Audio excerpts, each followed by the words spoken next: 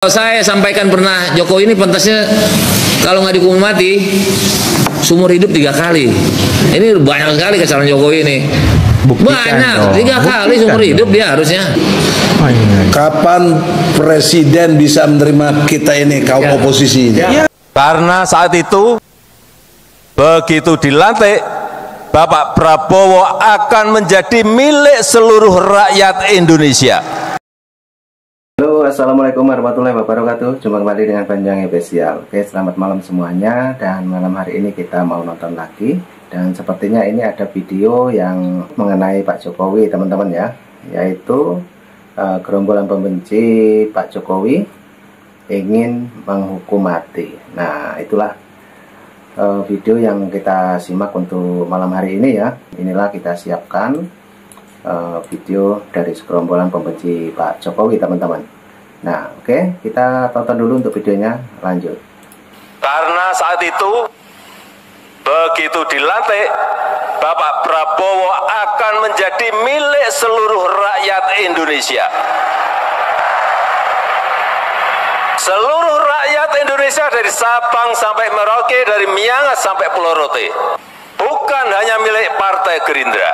Jadi kalau saya sampaikan pernah, Jokowi ini pantasnya kalau nggak dihukum mati, seumur hidup 3 kali. Sampai dia mati. Tapi kan nggak mungkin dihidupkan lagi. Sampai mati. Mau jadi 3 periode, itu kan wacana. Bukan dia tangkap orang itu kan wacana. Wacana pidana. Bahkan persiapannya sudah ada 110 juta big data LBP. Prakteknya juga mengenai undang-undang. Ini banyak sekali kesalahan Jokowi ini. Banyak, 3 kali seumur hidup dia harusnya. Atau hukuman mati supaya nggak rugi negara, ngasih makan. 3 kali Bang Hi. Closing statement saya, saudara-saudara, dengan hormat, himbauan langsung kepada Prabowo, anggaplah ini seruan terbuka atau surat terbuka secara elektronik lewat podcast ini. Kapan presiden bisa menerima kita ini kaum oposisi ini? Gitu. Ini permintaan, kalau susah ketemu presiden nih, bagaimana kita mau percaya lagi rakyat gitu. Nah, tolonglah Bitor, anak-anak buahnya banyak yang jadi wamen sekarang kan. Itu ada yang juga dekat sama orang Prabowo ya. Kita tahulah aktivis-aktivis sekarang itu pada jadi buka aksesnya Prabowo, terima kita karena kita masih percaya kepada Prabowo. Untuk supaya apa? Dibuktikan. Ya, supaya dia jadi percaya. Apalagi Prabowo sendiri sudah ngomong waktu pelantikannya selesai akan sikat koruptor, akan negakkan keadilan, hukum tidak boleh pandang bulu. Jokowi itu telah muncul sebagai sosok yang menandingi kedikdayaan partai-partai politik. Jadi Nah, itulah teman-teman ya, video ada segerombolan pembenci Pak Jokowi ya. Oke, bagaimana para netizen menanggapi tentang Pak Jokowi? Mari kita saksikan dan kita lihat videonya sampai habis. Dan mungkin teman-teman punya saran dan kritik, jangan lupa tulis di kolom komentar saya. Oke, lanjut lagi untuk videonya, kita tonton dan kita play. Jokowi itu sendiri sudah menjadi partai. Dia adalah seorang tokoh yang tidak punya partai politik, tetapi hampir seluruh gerak-gerik dan dinamika yang berlangsung pada partai-partai politik itu adalah pantulan dari pengaruh kekuasaan yang dia miliki. Jokowi ini justru kekuasaannya atau pengaruhnya itu melebihi partai-partai politik. As an political actor, itu sangat mempengaruhi tingkah laku dan gerak-gerik partai-partai politik. Ini orang luar biasa cerdasnya dalam menghadapi orang lain. You nggak bisa melihat mukanya seperti suka, bisa nggak suka, seperti nggak suka, dia suka, itu nggak tahu. Makanya pendamping dia yang tahu persis, dia nggak akan geser itu. Karena apa? Orang itu mungkin mengerti sekali sifatnya dia. Dan ini presiden. Saya berapa presiden saya ikut, Soeharto saya ikut, ya, Gus Dur saya ikut, Megawati saya ikut, SBY saya ikut, sampai ke ini, sampai ke Jokowi. Dan semua ini mempunyai kecirian khas masing-masing. Tapi yang saya lihat, ya, ini memang luar biasa. Jokowi punya keistimewaan.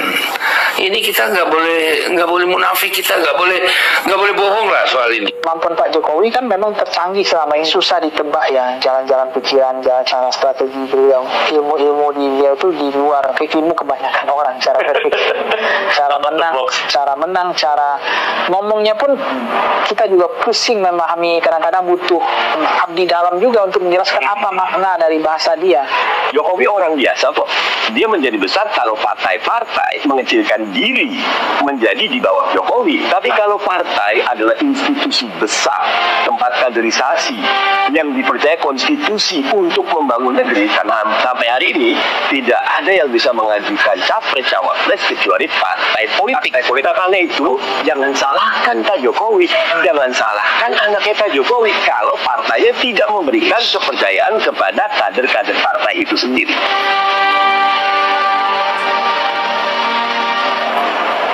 Faktanya dia presiden dicintai rakyat, berarti Just as a star. I think he's a remarkable man, one of the great men of this world. Dan beliau adalah ujung tombak dari generasi penerus. Jokowi menegaskan ia akan menjadi penerima vaksin pertama. Kita beruntung ada presiden yang nggak bisa diatur siapapun. Memiliki seorang presiden yang dipilih langsung oleh rakyat.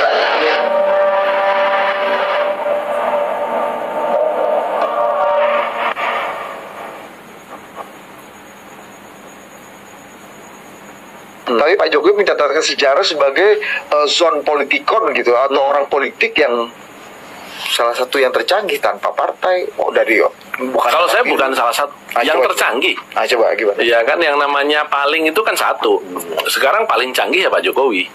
Soal bahwa kita setuju atau tidak, berkali-kali saya sampaikan itu terserah penilaian netizen ya. Tetapi Pak Jokowi akan semakin menancapkan kuku. Kenapa? Karena ini menjadi presiden yang mampu menjadikan wapres anaknya. Dalam sejarah berapa kita merdeka sejak tahun 45, baru kali ini. Kan nggak ada sebelumnya. Pak Harto itu baru taruh Mbak Tutut jadi Menteri Sosial itu setelah 35 tahun berkuasa, meskipun hanya untuk 2 tahun ya. Tetapi Pak Jokowi menaruh putranya sebagai calon wakil presiden, akhirnya menjadi wakil presiden hanya dalam waktu 9 tahun berkuasa. Itu dahsyat. Dan selalu saya katakan, Pak Jokowi memulai karir politik sebagai wali kota tahun 2005. Menjadi presiden tahun 2014, hanya butuh 9 tahun untuk seorang Jokowi dari wali kota naik menjadi presiden, dan itu tidak dimiliki oleh siapapun sebelumnya. Nah sekarang yang terakhir, tentu Pak Jokowi tidak akan begitu saja hilang dari panggung politik. Saya tidak pernah percaya itu mau pulang berkebun atau beternak dengan remunerasi yang diberikan negara atas pengabdiannya selama 10 tahun itu, saya nggak pernah percaya. Pak Jokowi adalah zon politikon yang akan terus memainkan kartu, dan ini akan berlanjut. Kenapa? Seperti yang pernah saya sampaikan. Jadi piramida kebutuhan Pak Jokowi ini naik terus. Jadi level of risk dari yang dimainkan dalam pertarungan politiknya ya naik terus. Kemarin sudah berhasil. Berangkat dari tadi 9 tahun seorang wali kota tiba-tiba sudah jadi presiden. Kemudian di DKI hanya bermodal 2 partai politik melawan 8 partai politik pengusung Foke. Itu kan sudah dahsyat itu. Terus dari situ beliau melawan orang yang membiayai dan mensponsori menjadi calon gubernur, Pak Prabowo. Nah, sesudah orang yang membiayai dan mensponsori beliau lawan dan menang, dirangkul tahun 2019, mengejutkan semua orang. Yang itu tidak pernah terjadi sebelum-sebelumnya. Nah, kemudian pertarungan level of risk-nya semakin tinggi lagi, melawan partainya sendiri, PDI Perjuangan, tahun 2024, berhasil. Nah, saya kira Jokowi akan mempertontonkan lagi kepiawaian-kepiawaian politiknya dalam kreasi-kreasi di Pilkada besok.